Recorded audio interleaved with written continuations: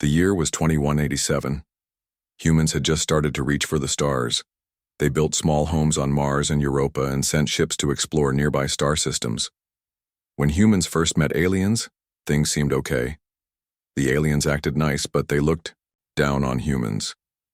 The Galactic Council, a group of 7 advanced alien species, saw humans as simple beginners who didn't matter much. Commander Alan Pierce stood on the bridge of the ESS Defender. His blue uniform was crisp, his face tense as he watched the main screen. It was a regular Tuesday morning when the radar operator shouted, "Sir, multiple objects entering Earth orbit. They're huge." Pierce's heart sank as he saw the massive alien warships appear. They were dark, angular vessels that blocked out the sun as they positioned themselves over Earth's major cities.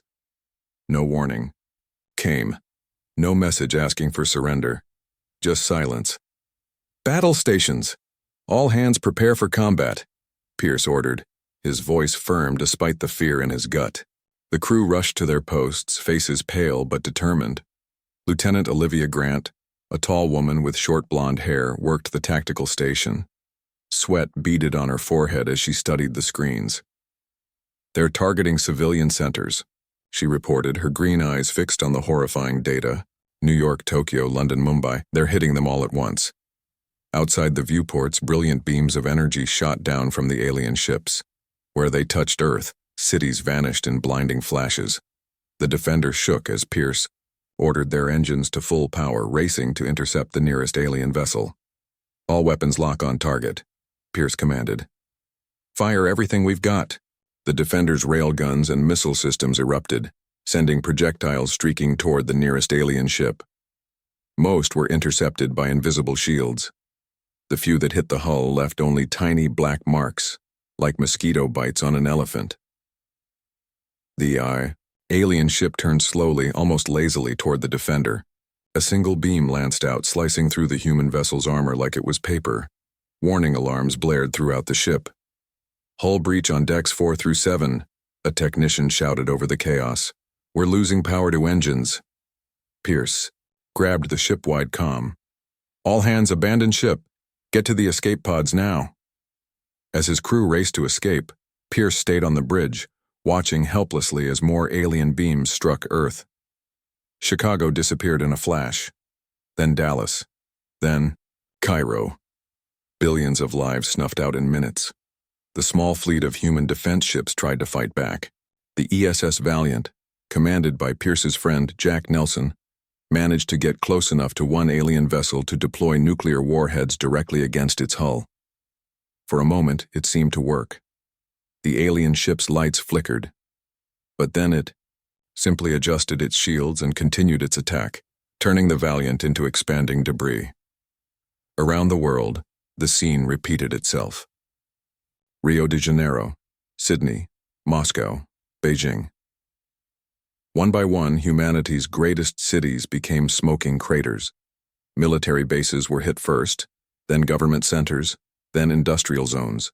The pattern was clear. This was not random destruction. The aliens knew exactly what they were doing. In Chicago, Dr. Christopher Hall had been working late in his underground laboratory. The physics building above him collapsed when the attack began, but his reinforced lab held. As the ground shook, ceiling tiles and equipment crashed around him. A support beam fell, pinning his assistant to the floor. "Don't move, Sam," Hall shouted, rushing to help. He pushed against the beam with all his strength, muscles straining until Sam could pull himself free. Blood soaked the young man's lab coat. "What's happening?" Sam gasped, clutching his injured leg. "We're under attack," Hall said simply, helping Sam to a chair. He turned to his computer and backed up his research onto a small drive, then slipped it into his pocket. The work of his lifetime, theoretical physics that pushed beyond current understanding, might now be humanity's only hope. Through a small ventilation shaft, Hall could see the alien ships hovering over the burning city. They were massive, at least a mile long each, with strange glowing patterns along their hulls. One ship positioned itself directly above the university district, methodically destroying each building. "They're targeting knowledge centers," Hall realized with horror. "They're trying to cripple us completely, not just militarily." When the rumbling stopped, Hall and Sam carefully made their way through the rubble to the street. The Chicago skyline, once proud and tall, now barely existed. Fires burned everywhere. People wandered in shock, many injured and covered in dust. In the sky above, the alien ships continued their systematic destruction, moving from one target to the next. Hall helped Sam into the back of an abandoned pickup truck. "We need to get to the backup facility in Colorado," he said, starting the engine. "If it still exists." As they drove away from the ruins of Chicago, dodging craters and helping other survivors when they could, the radio crackled to life. A message was being broadcast on all frequencies. The voice was strange, clearly not human. It spoke slowly, the words oddly accented. "People of Earth, your species has been deemed a potential threat to galactic stability by unanimous vote of the Council. This preemptive action was necessary to ensure the continued peace of developed civilizations. The remaining humans will be permitted to live under Council supervision. Consider yourselves fortunate that complete extinction was deemed unnecessary. A provisional government will be established to manage your species. Resistance is inadvisable." The message repeated on a loop. In the truck, Hall gripped the steering wheel until his knuckles turned white.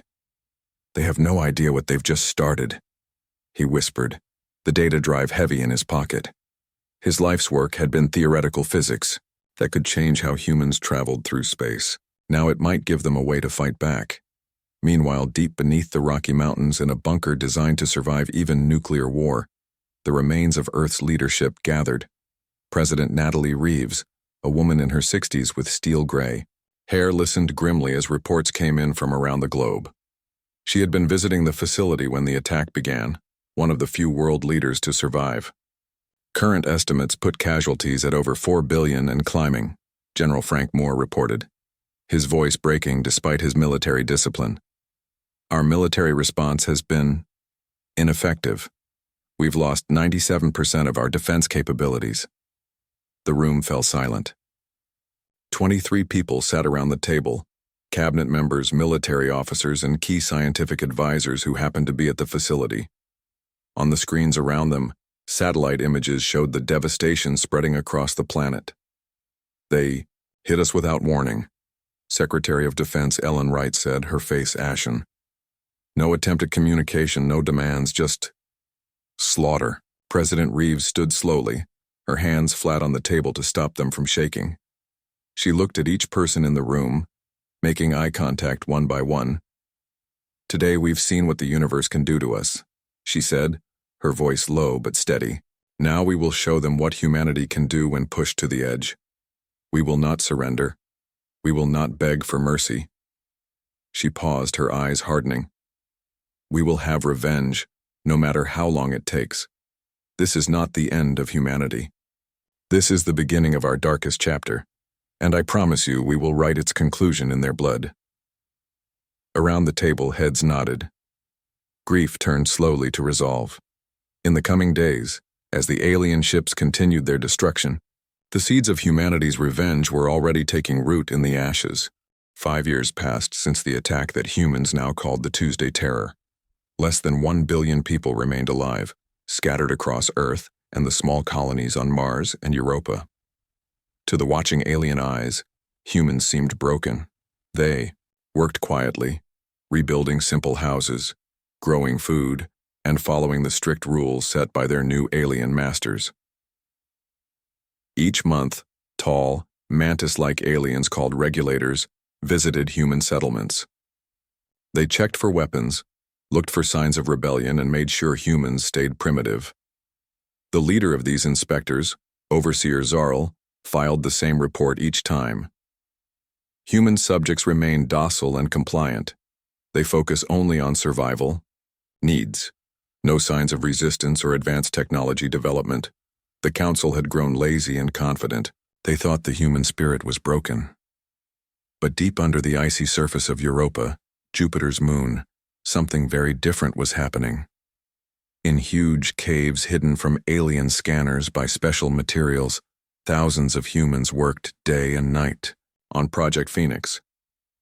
The steady hum of machinery filled the hidden base as workers built something the aliens would never expect. Dr. Christopher Hall stood in the main lab, watching a test of his newest invention. The device, about the size of a car, glowed with soft blue light. His assistant Sam, who had survived the attack on Chicago, monitored readings on a simple tablet. "Power level stable at 87%, Sam called out. "Field integrity holding." Hall nodded, his face serious. In the 5 years since Earth's destruction, he had barely slept. The weight of his work kept him going when his body begged for rest. His hair had turned completely gray and deep lines marked his face. Chief Engineer Samantha West entered the lab, wiping engine grease from her hands with an old rag. Once a peaceful structural engineer who built office buildings in Detroit, she now designed weapons that could destroy worlds. "The dimensional inversion field is stable," West reported, pointing to the glowing device. "We tested it on the small scout ship yesterday. The Council patrol cruiser passed within 50 meters and detected nothing." She allowed herself a small smile. "We can make our entire fleet undetectable and bypass their defensive systems completely." General Daniel Parker, once a Marine before the invasion and now leader of Earth's secret military, watched the demonstration with his arms crossed. His face showed little emotion, but his eyes burned with intensity. "How long until we can fit these to all the ships?" he asked, his voice gravelly from an injury during the invasion. 3 months, maybe 2 if we push the workers harder," West replied. Parker shook his head. "No, these people are already working 18-hour shifts. We push them harder, they'll make mistakes. 3 months is acceptable. In another part of the vast underground complex, Hall walked with President Reeves through a viewing area. Below them, through thick glass, they watched the massive construction bay where 6 huge warships took shape. Unlike the smooth, streamlined vessels of Earth's pre-invasion fleet, these ships bristled with weapons. Their dark hulls were angular, designed to absorb detection signals rather than reflect them. "Will they be enough?" Reeves asked quietly. The past 5 years had aged her severely. Her once dark hair was now completely white, her face lined with grief and determination. "They have to be," Hall replied. "Each one carries enough firepower to destroy a small moon, and with the dimensional tech, they'll never see us coming." On Mars, in underground bases hidden beneath the red dust, more ships grew in secret shipyards. The aliens had expected humans to collapse after losing Earth, never imagining they could build anything threatening in their primitive colonies. This was their biggest mistake.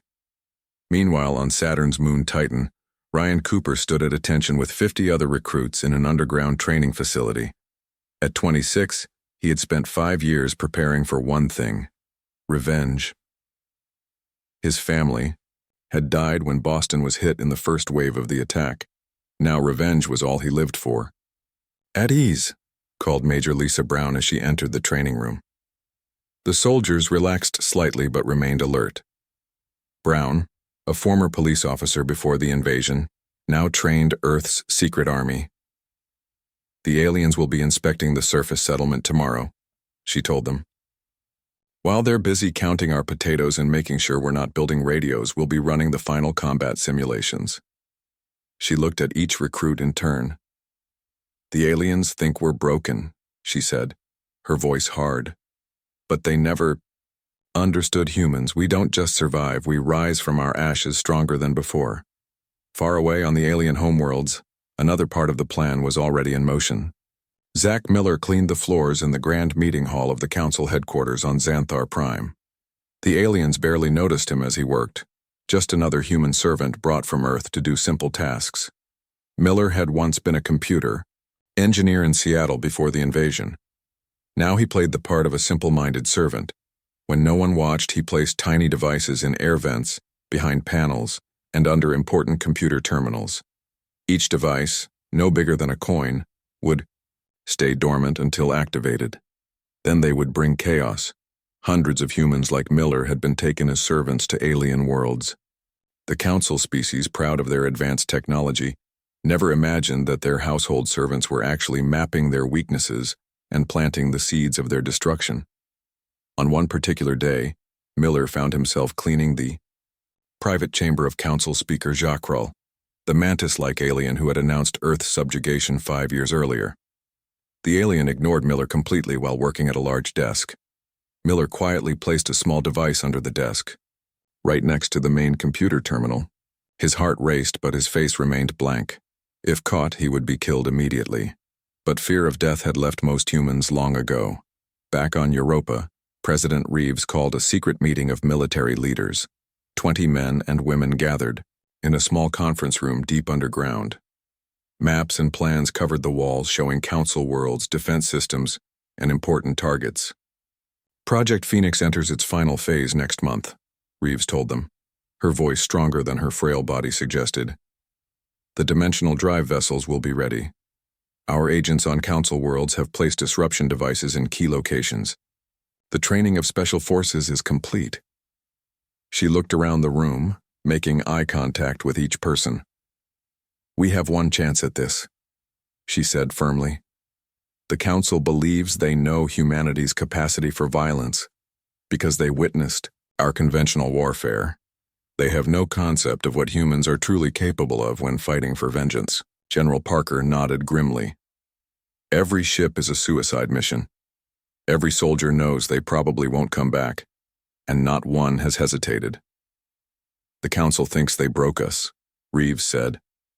They don't understand that humans are most dangerous when we have nothing left to lose.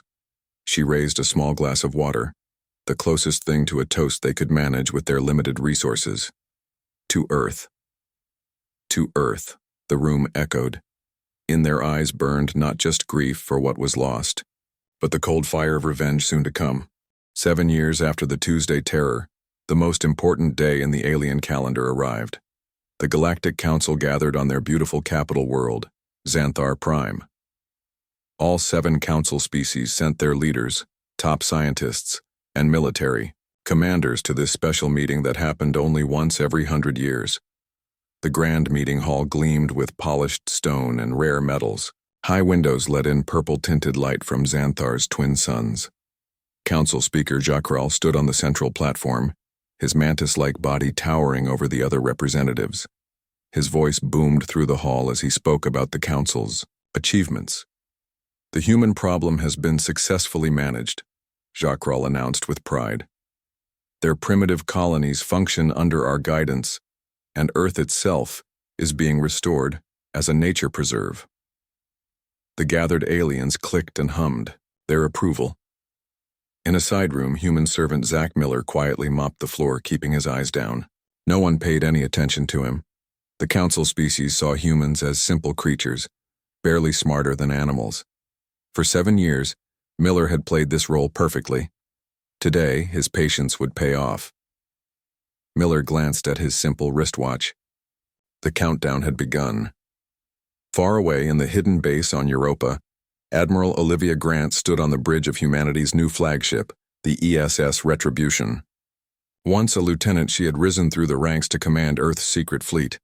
The ship hummed with power as the dimensional drive activated. All systems ready, Admiral, reported the tactical officer. Dimensional inversion field at full power. We are completely undetectable. Grant nodded, her face showing no emotion. She had lost her entire family when Seattle was destroyed. For 7 years, she had lived for this moment. All ships report ready status, communications announced. The fleet awaits your command. Grant stood tall, looking at the view screen that showed Jupiter's massive form. Behind them, 5 more warships waited, each powerful enough to destroy a moon. Send the activation code to all agents, Grant ordered. Operation Nemesis begins now. The quantum communication system sent a single, simple message that couldn't be intercepted or blocked by alien technology. Remember Earth. Across Council, space on dozens of worlds and hundreds of space stations, thousands of small devices activated at exactly the same moment. These had been planted by human servants over 7 years of careful work. On Xanthar Prime, Zach Miller heard a soft beep from his watch. He set down his mop and walked calmly to a maintenance panel. No one stopped him. No one even looked at him. He opened the panel and pulled a small lever inside. Throughout the capital city, lights flickered and died. Communication systems went silent. Defense shields collapsed. Emergency alarms started to blare, but then fell quiet as their power failed too. In the grand meeting hall, confusion spread among the council delegates. Jackrell raised his arms for silence. "Remain calm," he ordered. "This is likely a simple power failure." Then the building shook. Outside, the sky tore open in a way that shouldn't be possible. A massive hole appeared in empty space, glowing with blue energy. Through this dimensional rift came 6 dark ships of a design no alien had ever seen. The ESS Retribution led the human fleet. On its bridge, Admiral Grant watched the alien capital city through the view screens. 7 years of planning, building, and waiting had led to this moment. No warnings, no terms, no mercy. Admiral Grant transmitted to her fleet, just like they gave us. The human ships released weapons that the Council had never seen before. Dimensional disruption cannons fired beams that bypassed shields completely by shifting partly into another dimension. Buildings vanished in flashes of light, just as Earth's cities had done 7 years before. Tiny drones swarmed from the human ships, millions of them, each no bigger than a bee. They targeted the larger alien vessels in orbit, getting inside through air vents and maintenance hatches. Once inside, the nanite swarms took control of systems or disabled them completely. On the planet below, panic spread through the alien city. Council military forces tried to respond, but nothing worked. Their weapons had no power. Their ships couldn't take off. Their communications received only one message on all channels, playing over and over in perfect alien language. "This is humanity's response to unprovoked genocide. You reap what you sow." In the chaos, Zach Miller and other human agents led groups of servants to safety. Not all alien species had supported the attack on Earth. Some had been slaves themselves for centuries. Now they joined the human rebellion, knowing the Council's power was breaking. On 5 other Council homeworlds, the same scene played out at exactly the same time. Human ships appeared from nowhere. Power systems failed. Defense grids collapsed. Careful targets were destroyed while civilian areas were mostly avoided. This wasn't random destruction. The humans weren't killing everyone like the aliens had tried to do to them. They were systematically destroying military bases, weapon factories, shipyards, and government buildings. They targeted technology, not people. Within 12 hours, 5 of the 7 Council species had lost all their military power. Their mighty fleets sat dead in space, controlled by human nanite swarms. Their weapons couldn't fire. Their cities were dark. The carefully built Council that had ruled the galaxy for thousands of years fell in less than a day. On Xanthar Prime, human soldiers in powered armor suits stormed the grand meeting hall. They moved with perfect discipline, stunning alien guards with non-lethal weapons. They didn't need to kill. They just needed to capture. Council Speaker Jackrell tried to escape through a back passage. He ran straight into a squad of human soldiers, led by Ryan Cooper, the young man who had lost his family in Boston and trained for 7 years for this day. "On your knees," Cooper ordered, his weapon aimed at the mantis-like alien. Jackrell stood tall, his multiple limbs twitching with anger. "I will not bow to lesser beings," he hissed. Cooper didn't argue. He simply fired his stun weapon, and the alien leader collapsed. "Bag him and tag him," Cooper told his team. "Admiral Grant wants this one personally." Across the galaxy, the other Council species faced the same fate. Not genocide. That was the alien way. The humans disabled their technology, captured their leaders, and systematically dismantled their power. Some planets lost all advanced technology in hours, reduced to pre-industrial levels. Others kept basic systems running if they hadn't directly supported Earth's destruction. In orbit above Xanthar Prime, Admiral Grant watched as Council Speaker Jackrell was brought to the bridge of the ESS Retribution. The alien's limbs were bound, but his head was held high with pride even in defeat. "You made a mistake," Grant told him calmly. "You thought because we were less advanced, we were less dangerous. You thought you could attack us without consequences." Jackrell's alien eyes blinked rapidly. "Why?" he asked, mandibles clicking in confusion. "You could have negotiated, could have—" "We're just following your example," Grant replied coldly. "Preemptive action against a threat to stability." She used the exact words the aliens had used 7 years ago when they announced Earth's destruction. For the first time, fear showed in the alien leader's eyes. He finally understood what his people had awakened. "Take him to holding," Grant ordered. "Make sure he's comfortable. He'll stand trial along with the others." As the alien was led away, Grant turned to the view screen. Reports came in from across Council space. The operation was a complete success. No human ships lost. All primary targets destroyed. All Council leaders captured. On the command channel, President Reeves's voice came through. "The first phase is complete," she said, her voice firm despite her age. "Now we reshape the galaxy." Grant nodded to herself. Earth was still gone. Billions were still dead. But today, humanity had shown the stars what happened when you pushed humans too far. Now came the harder part, building something better than what they had destroyed. 6 months after Operation Nemesis, the grand meeting hall on Xanthar Prime looked very different. The fancy decorations were gone. The platform where Council Speaker Jacral once stood now held a simple round table.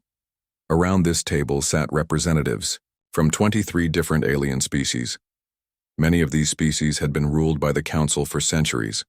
Some had been treated as slaves, others as second-class citizens. Now they sat as equals, each with one vote in the new Galactic Alliance. President Natalie Reeves sat at the table too. At 67 years old, she moved slowly now. The stress of leading humanity through its darkest time had taken a toll on her body, but her mind remained sharp. Her gray hair was pulled back in a simple bun, and she wore a plain blue uniform, with a small earth patch on the shoulder. The old council believed they had the right to destroy any species they saw as a future threat, Reeves said to the gathered representatives. Their arrogance led them to underestimate humanity, not just our technology or our military capability, but our basic nature. When pushed to the edge of extinction, humans don't break, we evolve. The aliens around the table made various sounds of agreement. Many had helped humans during the 7 years of secret preparation. They had seen firsthand what determined humans could do. Representatives from the 7 former council species were present too, though their position had changed dramatically. They no longer ruled. Their remaining populations lived under strict rules. Their technology was limited, their resources controlled, their military power gone completely. Orcs, a large, furry being with 6 eyes who represented the Voltar species, spoke next. "My people suffered under council rule for 300 years. We were forced to mine our own world until it became unlivable.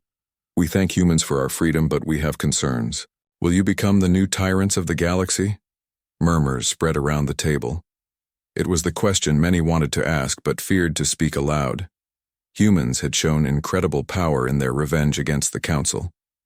What would stop them from becoming just like those they had overthrown? President Reeves didn't look offended by the question.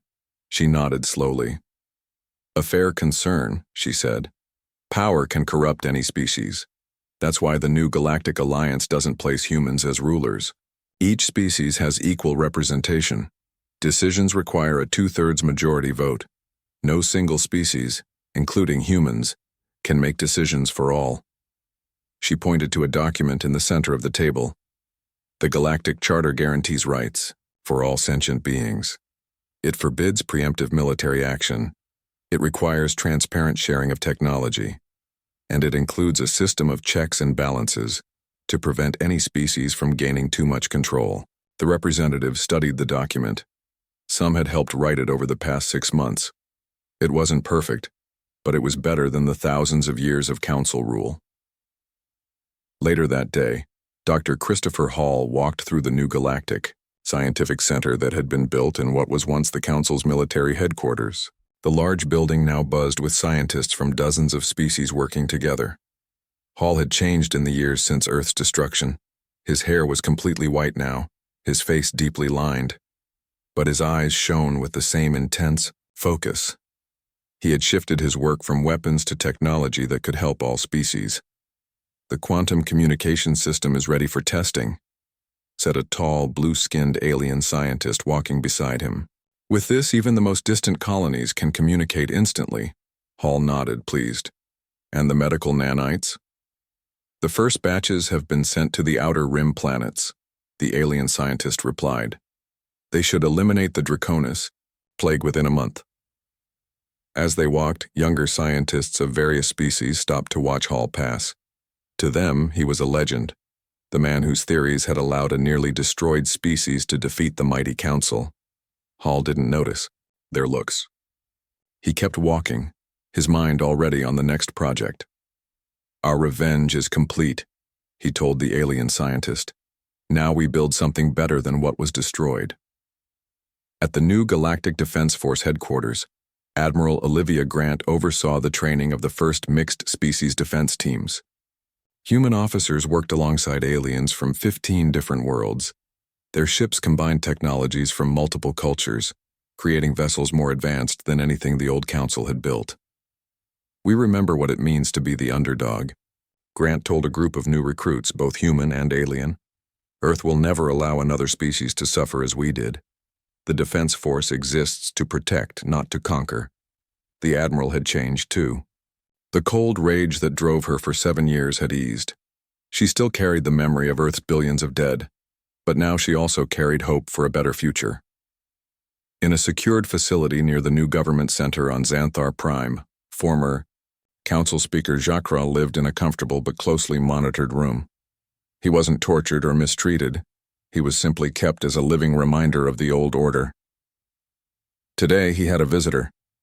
Kyle Bennett, a survivor of the Tuesday Terror who had lost his wife and daughter when Washington, D.C. was destroyed, sat across from the alien leader. Bennett worked as a guard in the facility 3 days each week. "I don't understand," Jacral said, his alien voice struggling with human words. "You had your revenge. You could have killed us all as we tried to do to you. Why show mercy now?" Bennett considered the question carefully. It was something all humans had wrestled with during the planning of Operation Nemesis. Many had wanted to completely destroy the Council species, to make them suffer exactly as Earth had suffered. But in the end, they had chosen a different path. "Because the difference between us is that we wanted to destroy you for what you did," Bennett finally answered. "You tried to destroy us for what you thought we might become. And ironically, your attack is what shaped us into exactly what you feared, the dominant force in the galaxy." He leaned forward slightly. "But we choose to use that power differently than you did. That's the real victory." Jacral's alien features were hard to read, but something like understanding seemed to flicker in his compound eyes. On Earth, the slow process of healing had begun. The planet remained mostly uninhabitable, with vast areas still radioactive or poisoned from the attack. But in protected zones, scientists worked to clean the air and soil. Small settlements had been established in these safe areas, the first step in reclaiming humanity's original home. Back on Xanthar Prime, a ceremony took place in what had once been the central plaza of the alien capital. A monument was unveiled, a simple stone column that stood 30 meters tall.